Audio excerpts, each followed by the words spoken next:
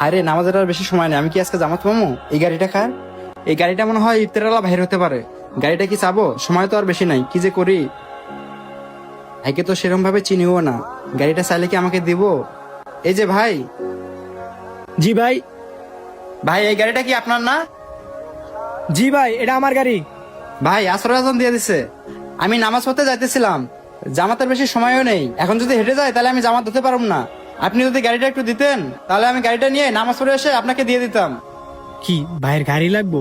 বাইকে কি গাড়িটা দেওয়া ঠিক হইব? না, দিয়ে দিই। আচ্ছা ভাই, আমি আইতাছি। এই যে ভাই চাবি, গিয়া নামাজটা পড়ে আয়েন।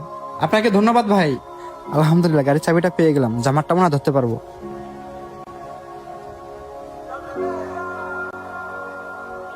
আরে রোমান, তুই পাগল হয়ে গেলি?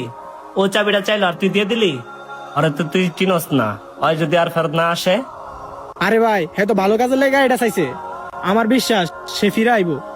আচ্ছা, তোর গাড়ি তুই দিছস, আমার কোনো প্যারা নাই, তোর গাড়ি তুই বুঝ। শোন রোমান, আজকের যুগে ভালো মানুষ পাওয়া যায় না। না, ভাই তো কথাটা ঠিকই বললো।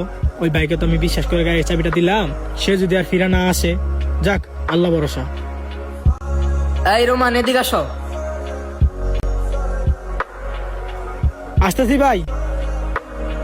আসসালামু আলাইকুম ভাই। ওয়ালাইকুম আসসালাম। বলেন ভাই, কি জন্য ডাকছেন? তুই যে ইফতারি দোকান দিবি বইলা আমার কাছ থেকে 10,000 টাকা নিলি, সেই টাকাটা তো আর দিলি না। আজকে তো টাকা দেওয়ার ডেট ছিল, টাকা দে।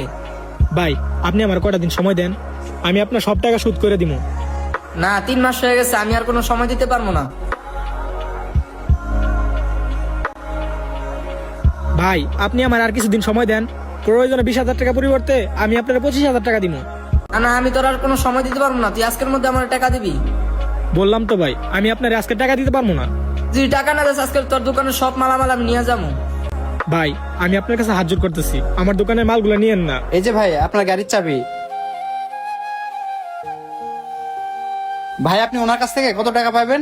ওর কাছ থেকে 20,000 টাকা পাবো। আচ্ছা, ওনার কাছ থেকে 20,000 টাকা পাবেন। এই যে ভাই, এখানে 20,000 টাকা আছে, ওনাকে আর বিরক্ত করবেন না, আপনার টাকা বুঝে পেয়েছেন না, আপনি এখন চলে যান। তাহলে ঠিক আছে, আমি তো আমার টাকা বুঝে পাইছি, ওকে আর বিরক্ত করবো না আমি। ঠিক আছে, যান। ভাইজান, আমি তো আপনাকে চিনি না, আপনি কোন বিশ্বাসে আমার এতগুলো টাকা দিয়ে সাহায্য করলেন?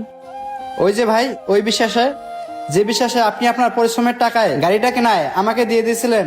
ভাই, আপনার আমি কি বলে ধন্যবাদ দিব?